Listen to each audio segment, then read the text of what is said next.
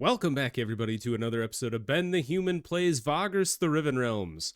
We're here at Phlegatus Bridge. We need to be here on Urkal, which is 3 days away. Like, do we have time to go anywhere else and be back on time? I don't know if we do. We have seven movement today. I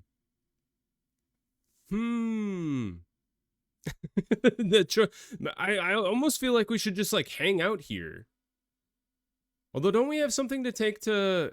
We do have stuff to take to Fort Erebus as well. Stuff is the reason I'm hemming and hawing over this is because the supplies here are really expensive. Although we have 4,000 silver. What am I complaining about? There, we're fine. Okay, let's sell one of our beasts as well. Good. Now, we're gonna hang out here for 3 days.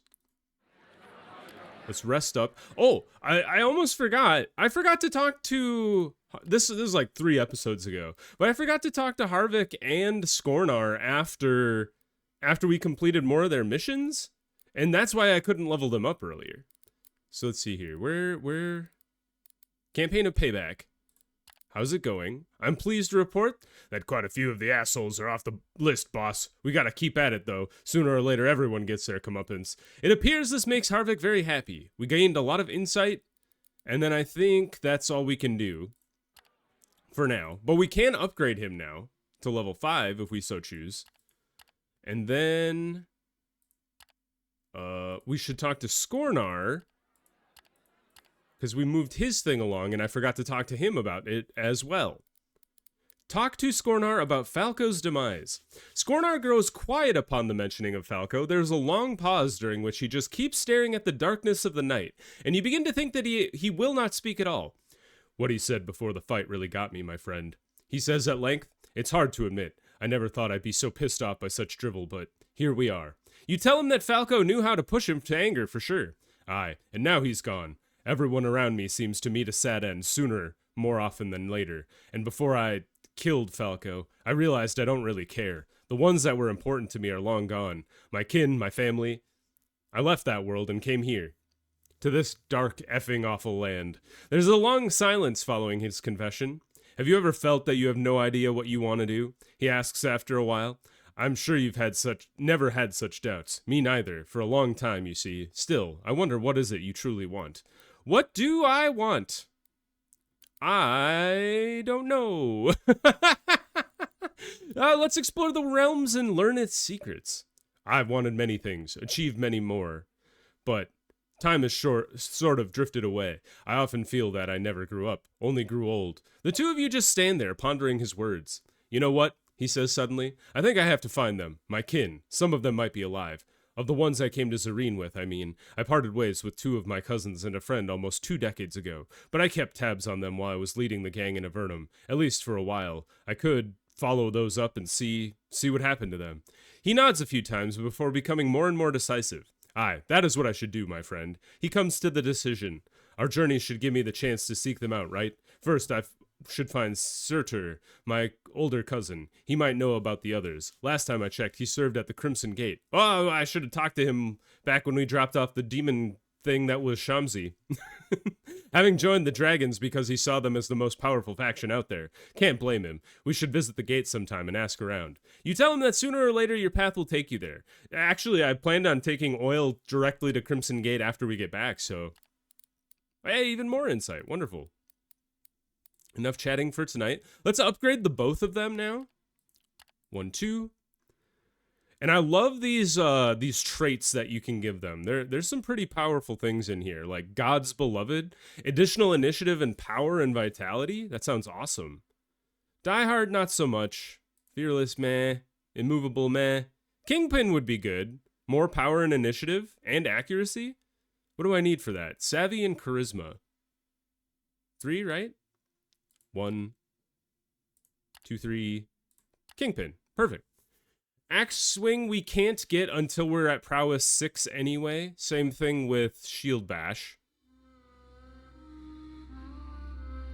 So maybe we set ourselves up for axe swing though. So dexterous 2, mighty 3, and then shield bash would be tough 4.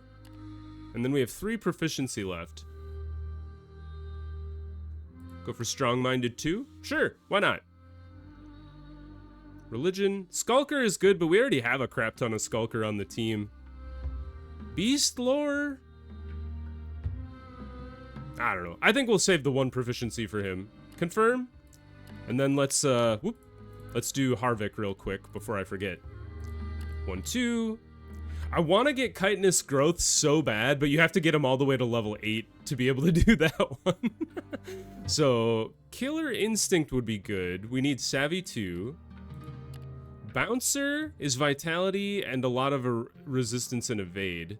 Survivor is just resistance and vitality. Maybe we do a little bit of bouncer as well? Or set ourselves up for chitinous growths at least? And then bouncer, what was that? Strong-minded 2? Good. And once again, yeah, this has to be prowess 6, so I can't do those. But I can set myself up for mantis stab as well.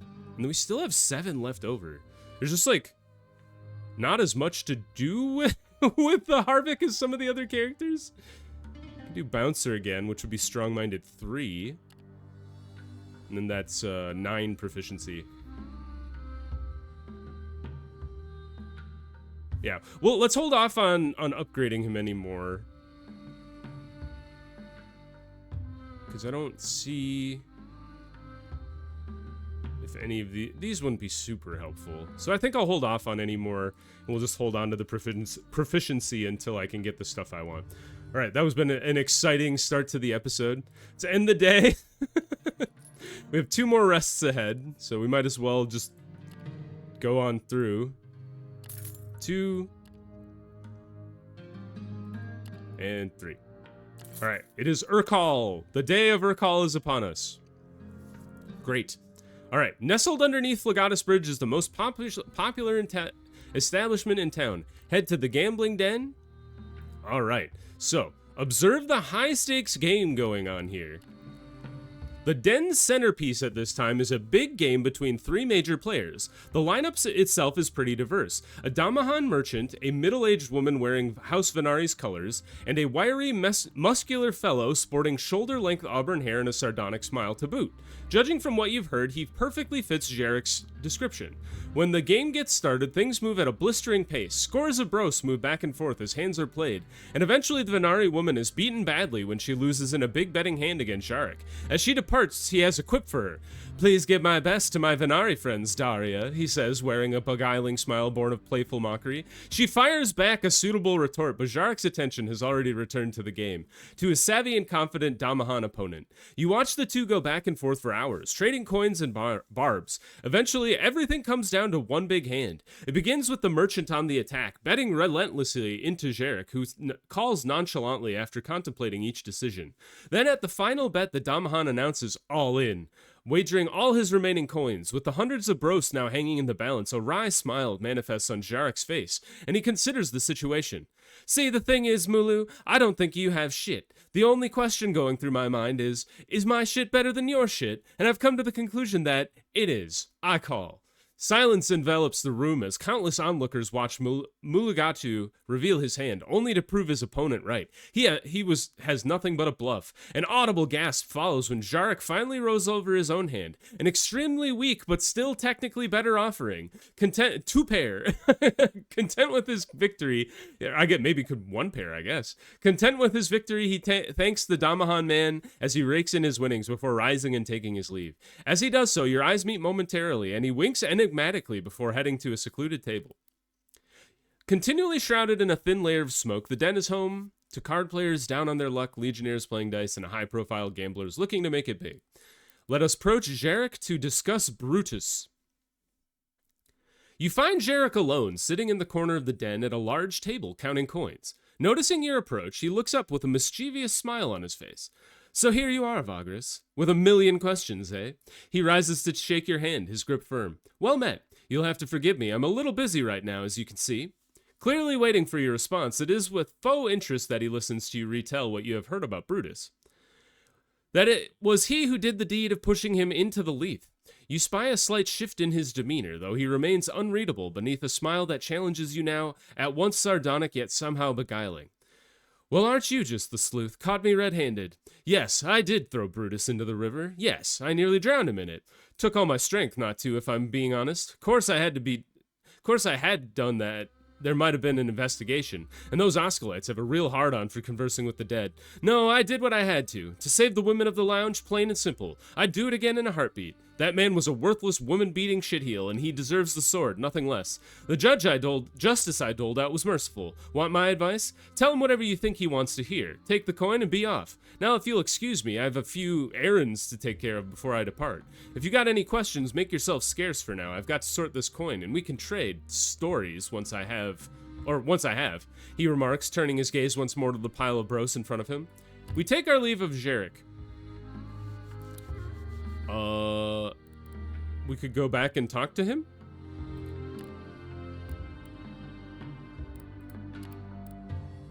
Oh, okay. You are building a case against Brutus. Ask Jarek if he can secure testimony against the Potter. Let's do it. We've succeeded. Convincing the gambler is not a brief affair. When you get into the reasons you might want to build a case against Brutus, he is at first dismissive.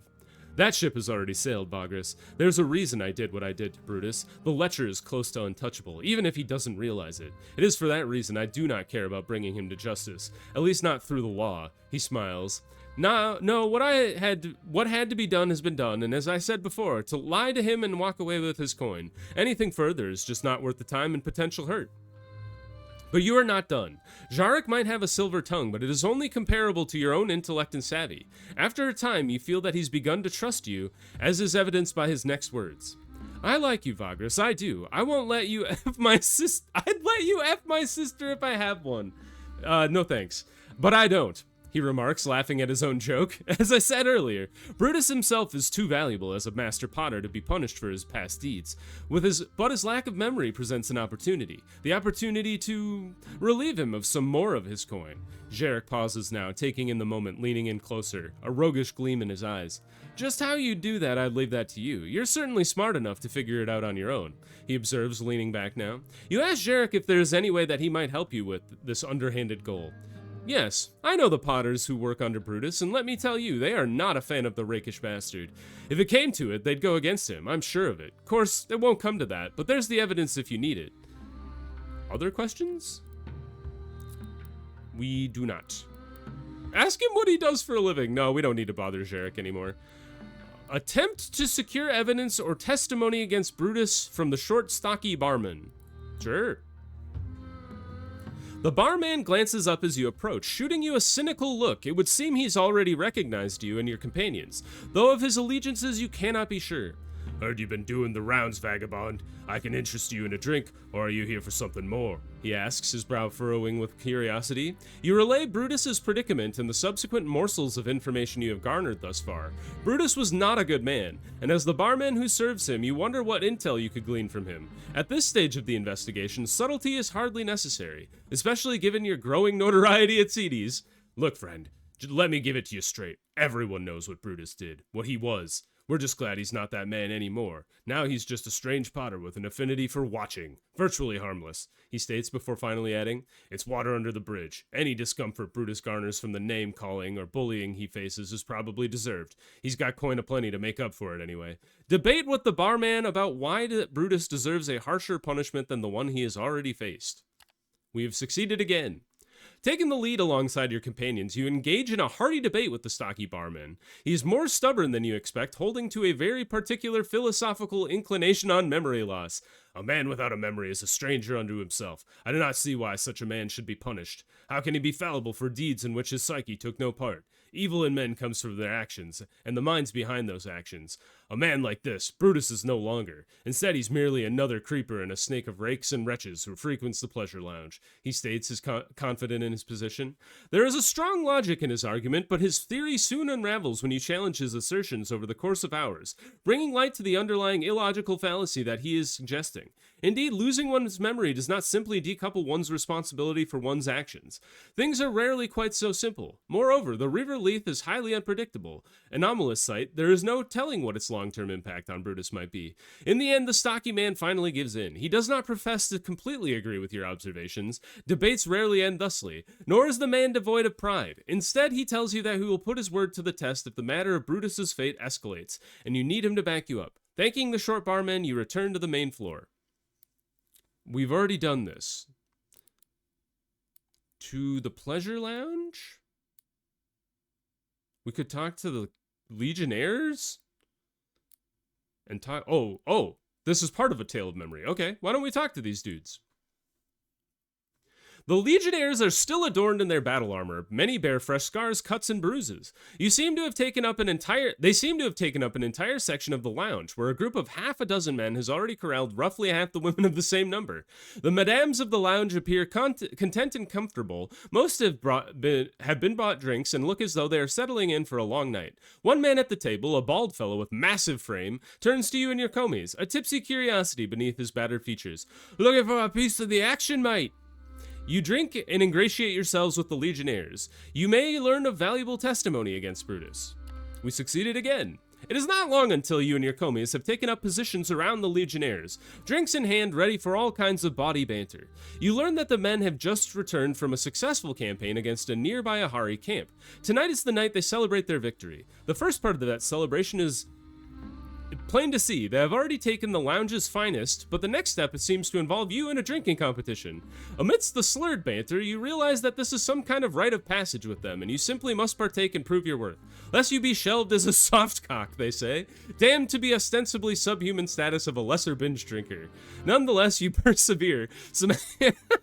So many of the men and women are already running their mouths about all manner of people, including other patrons at the lounge. As the hours wear on, you and your commies face drink after drink, triumphing beyond reason, somehow avoiding a trip to the infirmary. When it finally comes to an end, your goal remains in hand, and with the Legionnaires and their women already completely sloshed, the topic moves to Brutus. Almost all of the women admit to knowing about the man, while the soldiers of the Chimera Legion agree. The man needs to be punished for his deeds, whatever the cost. It's not a tidy testimony, and you doubt it will carry a lot of weight, but you have it. Most of the group swears to their stories, and given how inebriated everyone is, you can only speculate on how reliable their declarations really are. Eventually, you bid the men farewell, still blind drunk from the intense drinking session.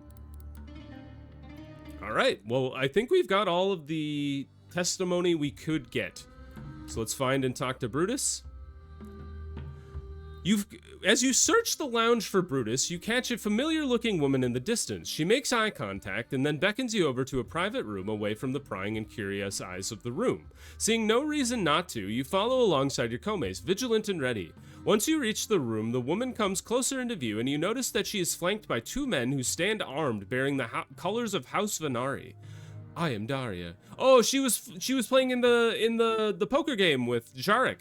She says calmly, "Please, take a seat, Vagrus. We have a great deal to discuss." Wary of your surroundings, you sit down. The woman's face is streaked with lines of age, her hair a dull gray, yet she retains a level of elegance befitting a noblewoman of some power. Or perhaps a merchant. You tell her to speak her mind, and she obliges. "We know what you've been doing. The snooping, the gossip, putting your nose in places where it shouldn't be, potentially putting us all out of pocket. Brutus, our dear friend, is an asset to us, and as such, we have a proposal for you, if you are willing to hear it, of course." You ask Daria what her proposition is. "I want you to lie to Brutus. I'm sure you've no doubt heard he did it. And then he did it again, and again, too. Us, however, it does not matter, you see. Nor does it matter to Commander Ronius. Brutus will not face justice. On the other hand, the man is a valuable source of income for Venari at Phlegatus, and I have no wish to reanimate the beast of a man he was," she states, pausing momentarily. "If you oblige, we shall contact you again. Rest assured you will be well compensated." You tell the Venari representative that you will think about what she has said. I will talk to Brutus.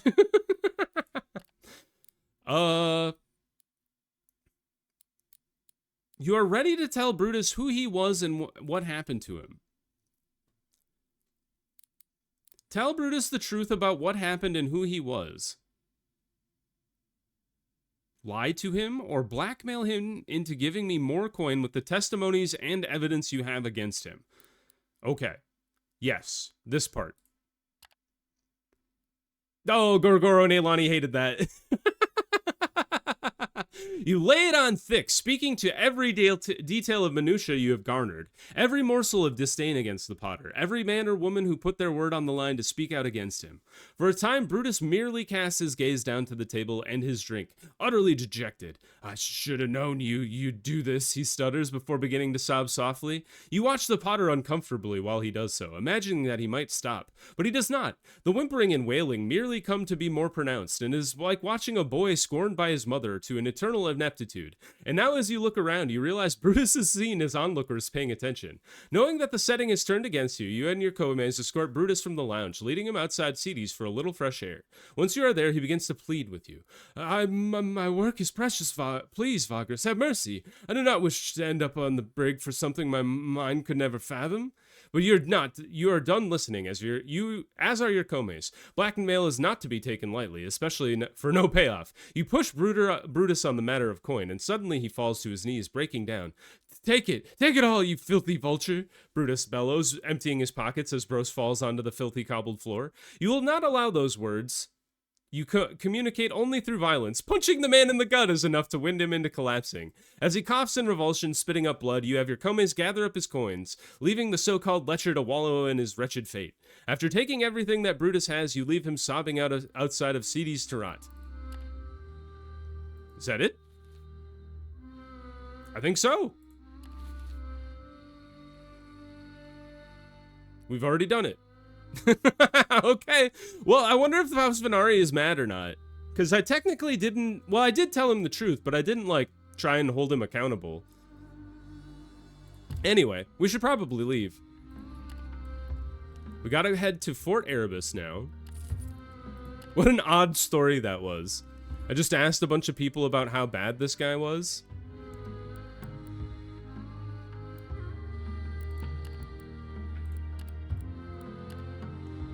I wish I wouldn't run into those people out here, man. I don't really want an extra slave, and I don't really want to piss off Gorgoro and Aelani. He's congenial, at least. Aelani's probably really mad. Oh, she's at least neutral, so that's something. But I wish we wouldn't run into those random slaves in the middle of the desert. Like, I don't want to abandon him to die, but I also don't want to make everybody in my comitatus mad. Alright, we've reached the fort. We will turn in our goods. Now, where do we want to head back to? 39 days to go before our astrolabe is back in recharge, so we have a ways to go there. I think it would be worthwhile to do kind of like a little bit of a northern trek. So maybe we do like Shazgabat, Tectum Carvos. Weird. Back to Phlegonus Bridge? Sure, I'll do that. Yes, I'm fine with carrying contraband. I don't want to go all the way to Karen Keep though, so I think I'm fine with those couple of missions there. All right, back to the bridge it is. It's funny that they had a mission for 12 bros is not insignificant. So having a mission that's like 2 days away to just give me 12 bros, kind of sick actually. Following the river here. Don't fall in, you'll lose your memories. All right, back to the bridge. Hello. Don't tell House Venari I'm here, they don't like me. All right. So I don't think I want to go all the way out to Haktrast. I think these ones are as far as I'd like to go. So let's see what's available for that. Durotan, kind of out of the way. Here's some more Shazgabat. Yeah, Haktrast is the one I don't want to go to. Although there is a lot to go there. Cobber, do you not trust me? Oh, I just don't have enough,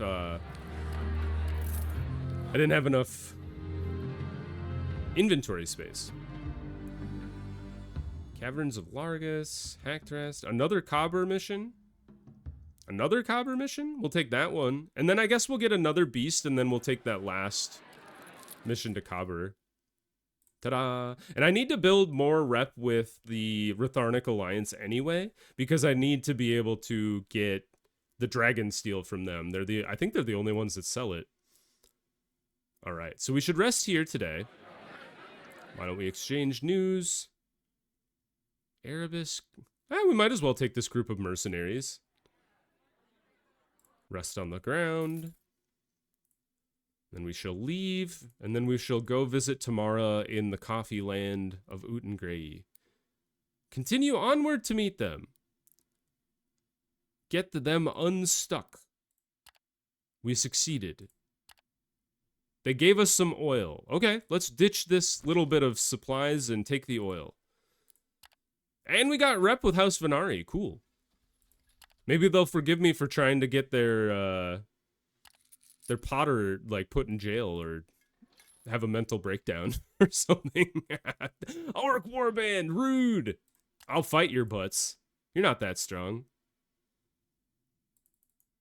We don't have enough fighters. I should have gotten more fighters.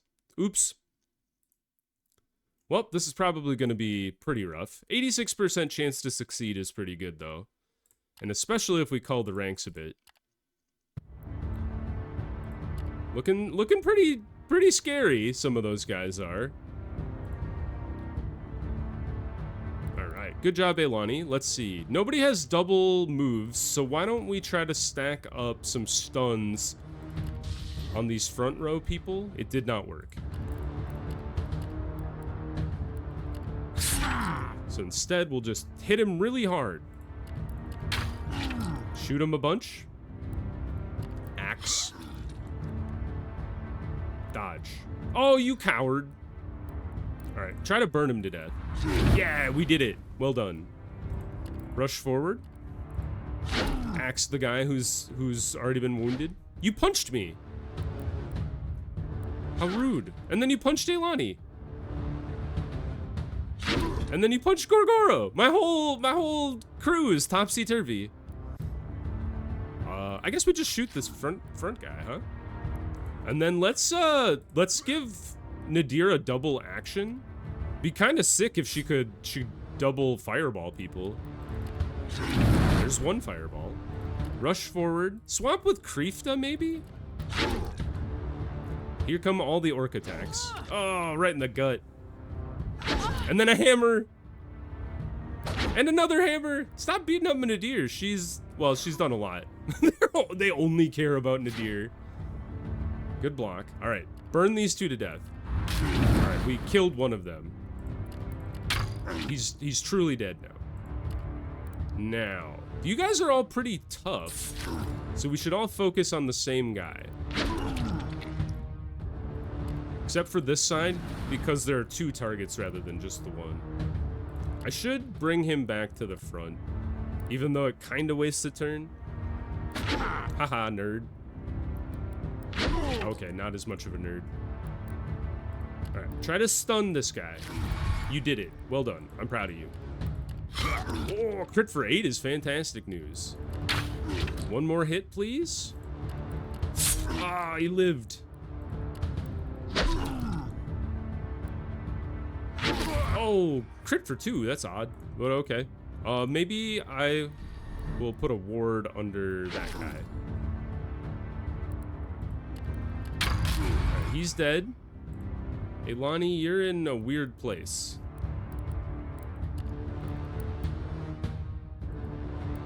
I guess forfeit.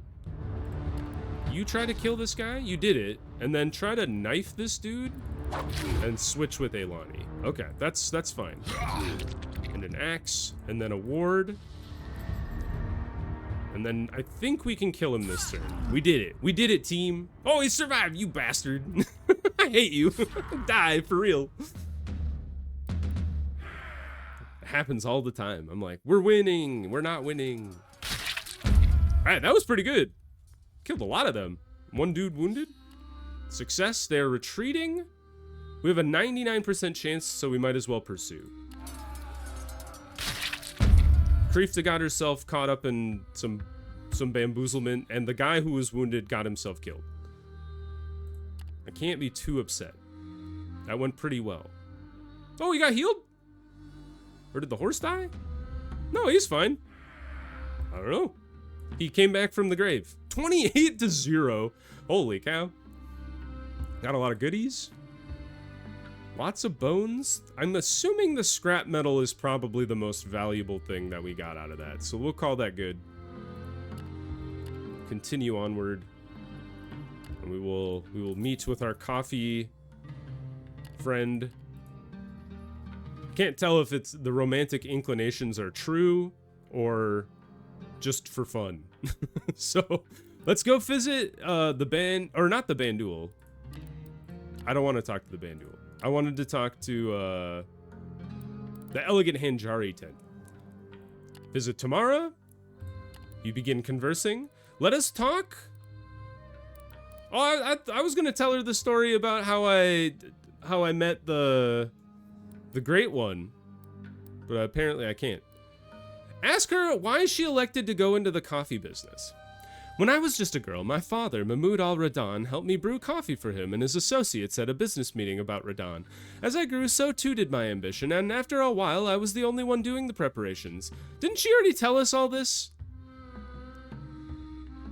I'm pretty sure she has. Yes, okay. We have to choose this one. Sit down for a coffee and a chat. Scarcely lack of topics to discuss.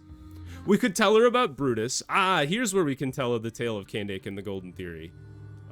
We could recount our ventures and exploits as a Vagrus. Discuss her countrymen. Discuss botany and herb lore. There's so many options. Let's do the tale of Candake and the Golden Theory. You begin the tale by explaining how you met Candake and Levantius and Arcane, and then go into some detail about all the research materials and components you delivered to her workshop over the course of many months, years some might say even. By the time you get to the preparations of Candake's mysterious expedition, Tamara is bored out of her skull.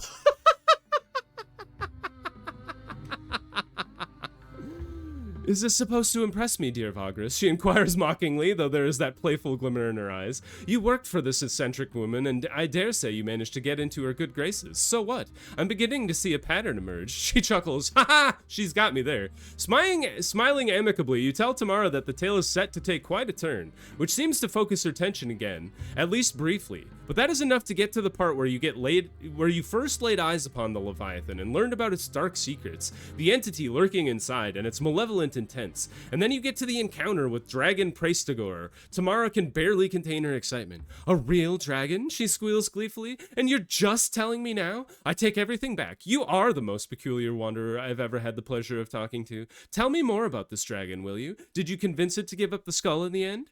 You delve into the details of that adventure and then go on discussing Dragon. Especially the peculiar fate of the Golden Brood and its slain Dragon Lord. It goes on for quite a while as you swap theories and go into wild speculation. Eventually, the conversation comes to a close. Alright.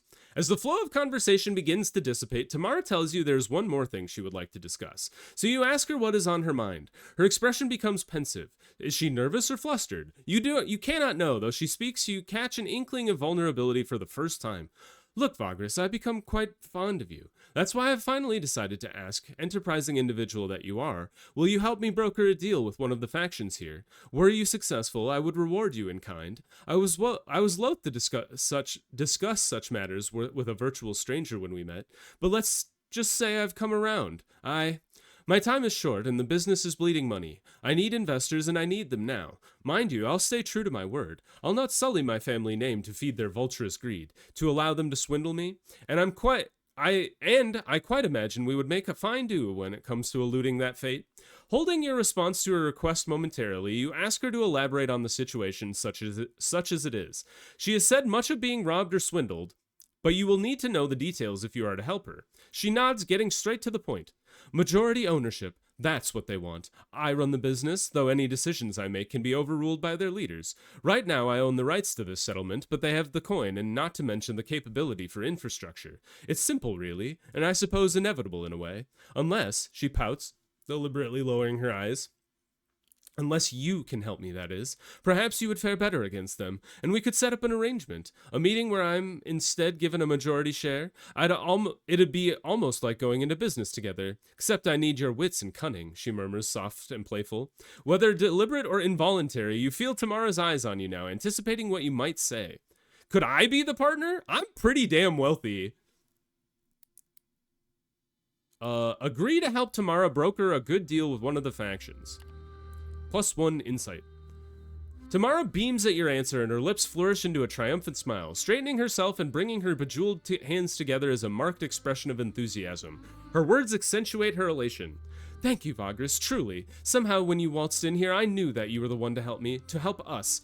And thus it is so. Don't worry, I'll not blather about fate or some such lark, though there is something to be said for intuition, is there not? You agree with Tamara then. Taking charge of the situation, you suggest that she prepare herself for a meeting with one of the factions forthwith, and displaying a unified and respectable front will make all the difference when the time comes for the negotiation itself.